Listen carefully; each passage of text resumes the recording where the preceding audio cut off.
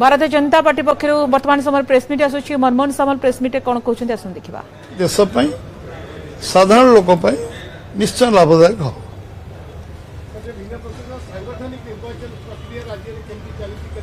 यहाँ संविधान में सीमित रो पुणी डाइल्यूट न कर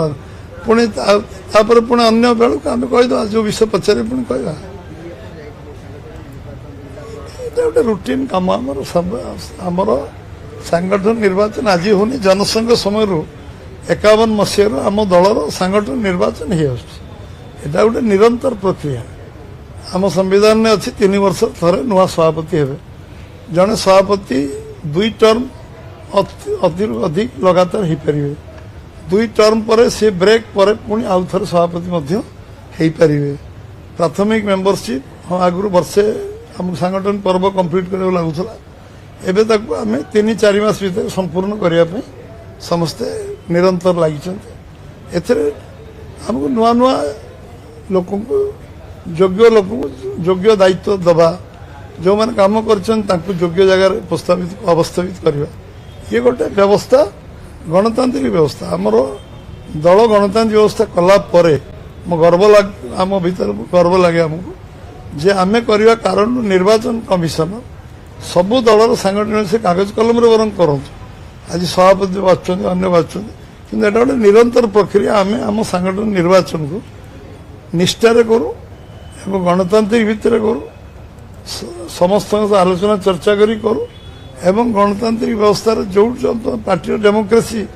जदि कौ दल गणतांत्रिक व्यवस्था अच्छी भारतीय जनता पार्टी अच्छी ये बहुत सुरुखुर सबू सांगठनिक पर्व सरे आम सांगठनिक पर्व कहूँ कारण आम बूथ प्रेसिडेंट जो दिन हम सी प्रसेसन करके गाँव में मिठा पिठा बांटिक बुले जानवे लोक जे गोटे बूथ प्रेसिडेंट आमर जो अच्छे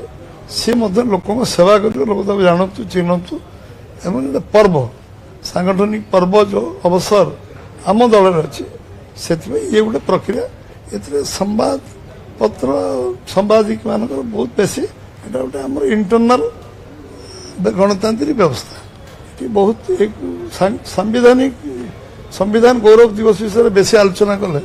भल हम पॉजिटिव न्यूज आड़ लोक गले लोक नेगेटिव न्यूज आड़ जाऊना पॉजिटिव न्यूज रे आमे लगे लोक धीरे धीरे धीरे धीरे ग्रहण करेंगे पॉजिटिव न्यूज जिला सभापति हम समय अनुसार आलोचना चर्चा चलती समय आलोचना चर्चा चलती चर्चा होची सभापति रेस रे आपण आगुआ अछती जेतु आपनकर संवैधानिक विधि व्यवस्था अनुसार ये आम दल के रेस न थांती जहा आम संगठन दल जहा चिंता करियो से माने हुन आपण भी जानि थे कि मो सभापति हेबी आपण भी हठात 11टा बेले आम सभापति घोषणा कले मु सभापति हेली सेतिरे दल समस्त चर्चा आलोचना लंबा चले लंबा प्रक्रिया फलाफल जो दिन बाहर से दिन फलाफल बाहर आप जानते ये निरंतर प्रक्रिया समस्त बहुत बहुत धन्यवाद।